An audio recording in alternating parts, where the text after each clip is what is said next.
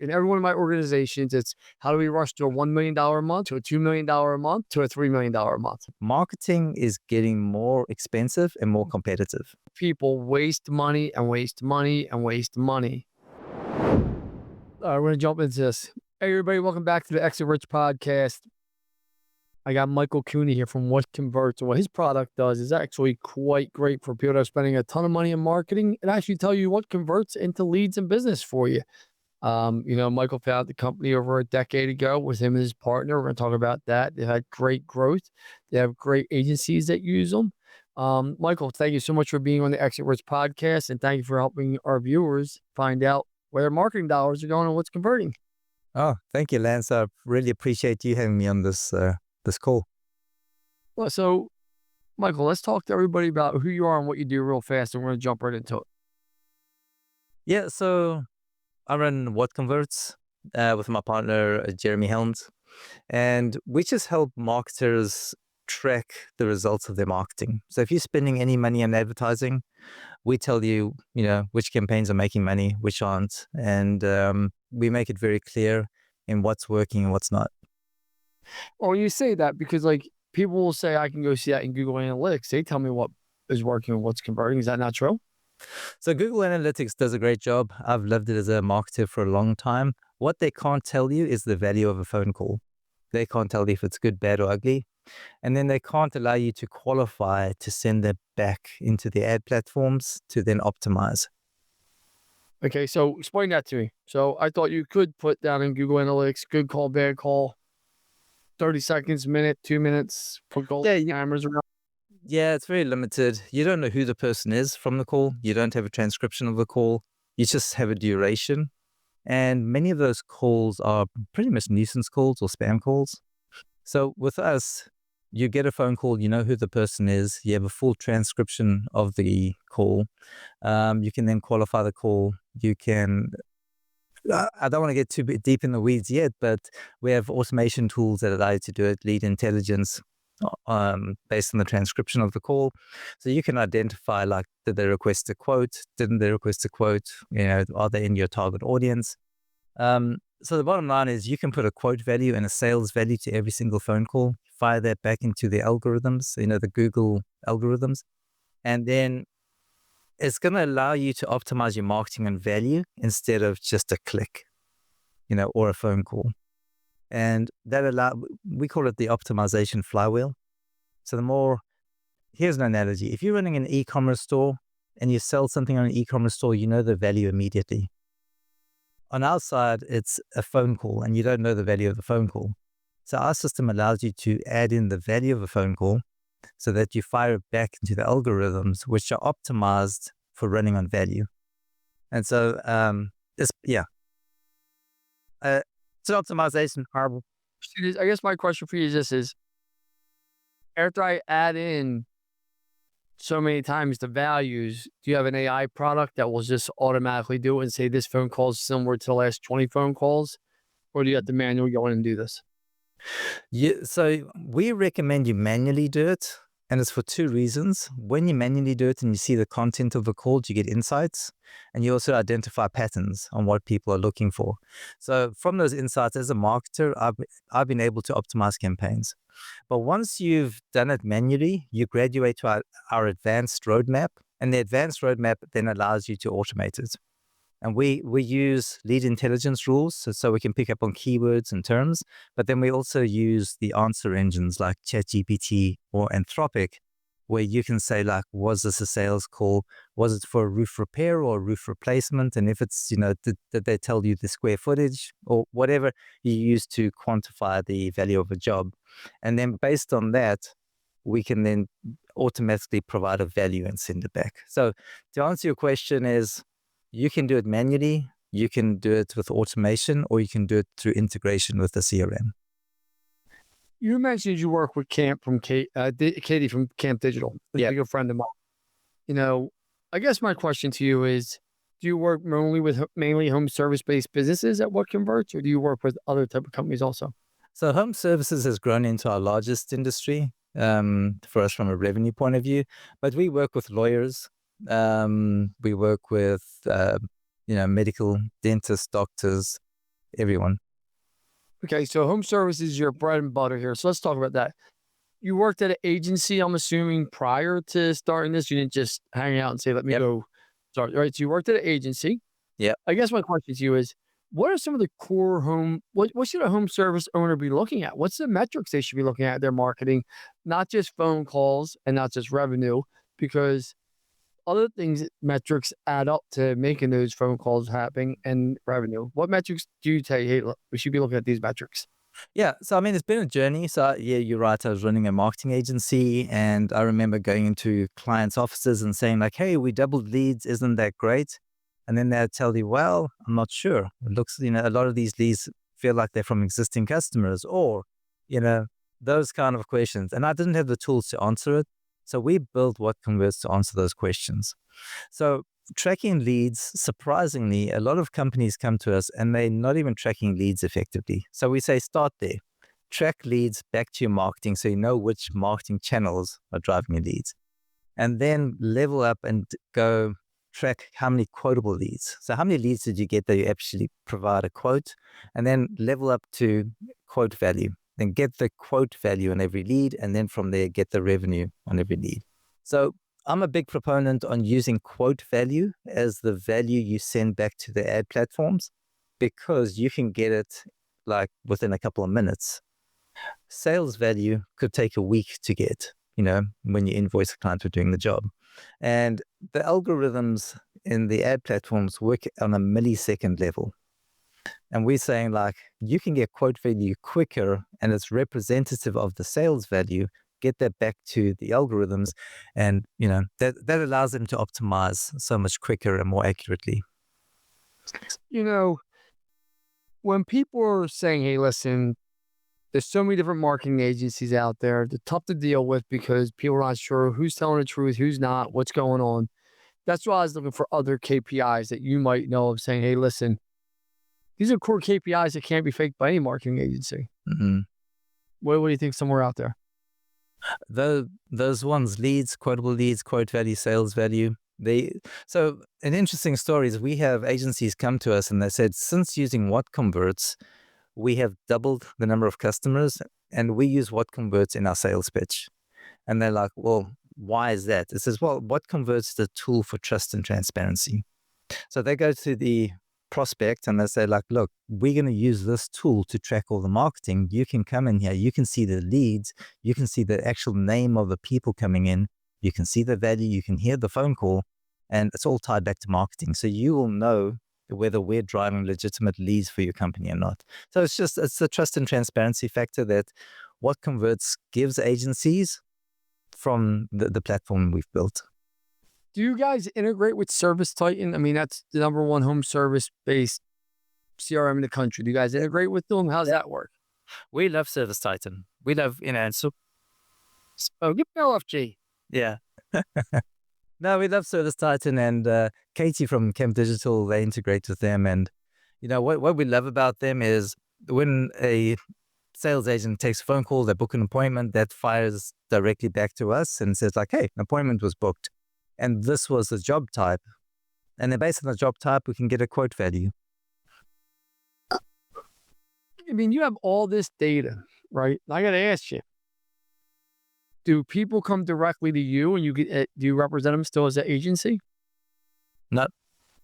So you just represent agent. Okay, so by now you have all this data. So I want to independent ask, if you had a budget when you were a home service-based business, Facebook, Google, SEO, PPC, email marketing, video marketing, where are you putting your dollars first? Stack rack them. So Google. Don't say you don't know, because you got to know. You have the data. See what's converting out there, and the people want to know, Michael. Oh, people are predicting the death of Google Ads because of ChatGPT, and I can tell you, Google Ads ain't going anywhere. So Google Ads aren't going anywhere. Yeah, Google Ads is still number one. So if you've got dollars and you're tracking, what I love about Google Ads is you can target a search term at the time when people need it. So important. So as soon as somebody says, I need a new roof, you've got an ad straight in front of the person that needs your product, and then you can track it. So I think Google Ads is really great. Meta has done a great job. as well, reaching people when they need something with their targeting. They've improved. And then I'd keep an eye on ChatGPT and all the other answer engines for the future. We're seeing more leads come through from answer engines. And I'm predicting that those answer engines are going to bring out an ad platform. Well, they're going to have to, because how are they going to make money? I mean, people don't realize Google makes over 90% of their money off their revenue off of ads. Facebook makes all their money off of Facebook ads. I mean, like, this ain't that hard to figure out. If you're not selling I mean, the news channels, those criminal organizations, they make all their money off of ads. Yeah. I mean, I don't care what channel you watch, they're criminal organizations. It's amazing to me that people haven't figured out, if you could put eyeballs. I mean, even my roofing conference, I try and tell you, people aren't giving me money to sponsor because they're like Lance Bachmann. They got 1,000 contractors come to Marco Island. Yep. That they want to talk to. Hey, everyone. Thank you for joining us today. I want to give a quick shout out to our sponsors, Service Titan and Rilla, our technology of choice to helping us scale and grow our business, and making sure all of our viewers have the technology to scale their business, so when they want to sell it, they're able to. Yep. That's why we're sponsoring, man. That's, we've got, we've probably got a couple of 100 roofing contractors that use us already. And we want more of them, because of course, you're selling a high dollar service and you've got budget to spend on marketing. And it's, the more money you put into marketing, the more of those high dollar jobs you get. Well, as long as the marketing is going in the right places. And that's why you got to have a tool like WhatConverts, because if you're flying blind like Stevie Wonder, I mean, your money's going to go out the door. I mean, honestly, I'm not being rude. Like, it's just your money's going to go out the door. I owned an agency for 17 years. Yeah. I tell people, I saw people waste money and waste money and waste money. Yeah. And I was like, wow, man, like, this is lunacy. And, people always say, Lance, you're going to come back in. I'm like, probably eventually, because now that I don't own an agency and I see how bad so many agencies are, and I'm lucky I got relationships with people like Katie, Dan from Kickcharge. So I know good agencies, make sense. Sosa. But like, if I didn't have relationships and I wasn't, who I am, my God damn, it's hard to find a good agency. These people are full of shit. Yeah. What? These people are full of shit. Yes. You have your good ones, like Camp Digital is really great. But we have some really great agencies there's some agencies that don't want to use WhatConverts because it will show you exactly what you produce, and they hide from that. But you're right. There's a lot of bad agencies, but I like to think that most of the agencies that use WhatConverts are pretty good. Well, the only reason you have a tool like yours is you believe in yourself. It's like getting on the scale every day. You're not going to be fat, most likely, right? Like, I mean, honestly, like, it's really not hard to figure out that people are willing to show you an independent tool. That's why I always liked, I know SEMrush, always liked SEMrush. I always like these independent tools. Yeah. Because you can't fake them. Did you see SEMrush got bought by Adobe? Yes, I saw that last week. And it was the valuation, what was it? $1.7 billion. I think it was 1.7 billion or something. Billion, yeah, correct. Man, you like that kind of action with your exit. Oh, where do you go? Yeah. Oh, there we go. There you go. I'm back. Yeah, I used to know Marina, their president, very well. I was blown away to see that evaluation. We knew they were big. Yeah. I did not expect them to be that big. Yeah. Full transparency. Yeah. But think about all the data they have access to. Think about how many years they've been around. Think about how many people have been on their platform. It's a SaaS product. I'm like you. I don't believe Google's going anywhere. Right. I think Gemini is their ass product, right? So people will say ChatGPT. Google's not going to just lay down the ChatGPT, right? And just say, oh, let me just lay down here. They got Gemini. It's already inserted into their Gmail, into everything. Yeah. So I'm with you it's very hard to dethrone an 800-pound gorilla in this day and age with technology that has a head start. Yeah. And the thing about this is ChatGPT now has to pull in their ads and make it a platform where, if you think about this, everyone said Alexa and voice would have already killed search by now. I mean, that was supposed to have killed search 3-4 years ago. How'd that work out? Yeah, no, it's still going. Yeah, search is still, dominating. You didn't even put Alexa and voice search into one of your top 5. Yeah, yeah, exactly. I mean, so that's where people aren't as quick to adapt to, and listen, you use ChatGPT, I use ChatGPT. Most people still aren't using ChatGPT. They don't understand how easy it is to actually use. Yeah. They actually believe like this is a hard. I mean, fuck. I mean, ChatGPT is easily used in writing a Word document. It just is. Yeah, Tell it to write a before it does it. yeah. No, exactly. But I wanna so the one thing I have seen, and I suppose with the roofing contractors and the more people that get into it, and like you yourself, you've gone from an SEO firm or an agency into the roofing world because I suppose you can see that you use marketing to compete better. But I'd say what I have seen in the history of the 10 years is marketing is getting more expensive and more competitive. And I've seen the companies, and I think this is important for the contractors to understand, is that you got to be aggressive in your spend, but you got to be aggressive and smart. You can't just say like, I'm going to put $1 million into advertising. Let's go. It's like, no, you got to be strategic and play the game. So the thing is, once you've got a campaign that's working well, you got to double and triple down on that and track it.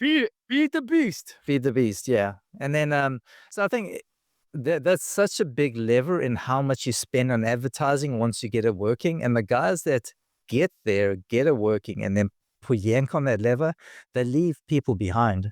So I just think for contractors that are being cautious with their advertising, it's like, I don't know, I think it's time to take it seriously. Well, I mean, I think a lot of people, contractors, don't know where to put their money. They don't know who to believe. They're contractors, right? Yeah. I mean, I've had a nail gun in my hand. I don't rip shingles off. Never did HVAC, right? Never did painting, right? When I had an IT company, I never was doing your Wi-Fi. People were like, can you help me with my computer? Help me with your computer. Like, what? Like, No. no, I can't help your computer. But I understand that if you, and I just believe this, I believe everyone's a sales organization. I believe you're a sales organization. I believe we're a sales organization. So once you accept that, life gets that much easier. Yeah. Then I'm a marketing organization and I have to know marketing, right? We talk about marketing all the time here at LB Capital. We're constantly talking about marketing, what our messaging and what we're doing. We want to be that tall, good looking, 6'2" blonde guy in the room with blue eyes, everyone's staring at, right? That's all marketing is. How do I catch eyeballs to me, right? Then we got to be recruiting, right? Why would people want to come work with us? Not for us. Why do you want to come work with us? Recruiting, right? Recruiting is the mission bigger than one individual? Yes. So Yes. this is how we're going to build this. And then we're a technology company, right? If we can get those 4 pillars down, right? Yes, you got to have leadership systems and processes and other things, right? Mhm. But if we can take those 4 pillars and execute on them, most likely our companies are going to grow. Okay. Because that was interesting. When I spoke to Jay, your CEO of LB Capital, he was saying that you guys run very similar playbooks to what for your roofing companies that you did for your agency. 100%. So Bill's my CEO. Is that who you talk to? Yeah. Bill. Bill. Bill. Yeah. Yeah, Bill. Yeah, I mean, nobody can remember. He's not. He's kind of. I mean, he's not really memorable, but that's okay. That's lame. Remember him sometimes. If for a reason, what is? I love you, Bill, but I don't mean. Oh, forgettable. You're not gonna forget me. No, I'm not gonna forget you. So we spend 8 to 10% of what our budget is every single month. So Okay. we're constantly having our foot on the pedal, leads, but then we're looking at book rate from our CSRs. We want to know our appointment rate ran because people call back and cancel. Then we want to see our close rate, average ticket. I mean, these KPIs we live and breathe by, right? Yeah. And then we're getting our daily numbers. So like, we're never letting our foot off the gas pedal. That's off the table, right? In every one of my organizations, it's how do we rush to a $1 million a month, to a $2 million a month, to a $3 million a month, right? Like that's just that simple, right? We want to get to a $1 million a month, big goal, right? For every organization. How do we get to a $2 million a month? Big goal. Yeah. $3 million a month, big goal. And then you grow from there. So I think if you understand that, you can never take your foot. And then some people will say there's seasonality. Should I pull back my marketing? No, why? Why would I pull back? I want those leads. Well, I'm going to pay more because it's slower. I might, but you know what? Having my salespeople home doing nothing, they're going to go find someone else to work for. Yeah. Yeah, absolutely. Right. So even like alert times, yeah, that's when you grab more market share in the, Well, that's the whole thing. You got to be available. Here's a question for you. What do you think the most overlooked marketing, like the gems are, like people don't even think about doing? What do you think the most overlooked marketing is by most people? most overlooked marketing. In terms of the channel or like where they put their money, because I mean we Yeah, specialize. like maybe OTT, buses, billboards, radio, television. Like, start now. Where are people that you're saying, hey, this converts very well? Yeah. Most people just aren't even looking at it. So the obvious one, word of mouth is terrific. That's everyone knows. Good word of mouth is great, but we mentioned Google as well. Google My Business. Your Google business profile for a service industry. We see a ton of leads come from there. So that's something that's organic. With there, you got to have your great reviews. But yeah, Google My Business or Google Business Profile. They keep changing the name. That's sometimes. Question for you. Why do so many businesses not focus on reviews? I don't understand that. Like, you'll still Google someone's name and they don't have any reviews. And then someone leaves you the 1 star and they're like, Jesus Christ, you got a 1-star review and that's it. Well, you had 10 years of business Yeah. and you never asked anyone for a review. And finally someone got pissed off and slammed you. Yeah. No, I think the guys in the review business have done a good job, because a lot of contractors now do a pretty good job. But you're right. The ones that are doing a good job are the ones that are winning, and you see them at the top all the time. So without reviews, you're kind of screwed, because when I get a contractor, the first thing I do is go check out their reviews. So Of course. yeah, I mean, exactly. my wife handles everything, but she's always come back to me. What do you think of this review? What do you think of this review? I'm like, listen, you did the research, make a decision, God damn it. But but that's besides the point. But she's constantly looking at reviews. I barely look at reviews, right? Because I don't barely make any decisions in my house, Okay, yeah. right? So it's a very different process. Last question for you. What would you tell a roofer, HVAC person, painter?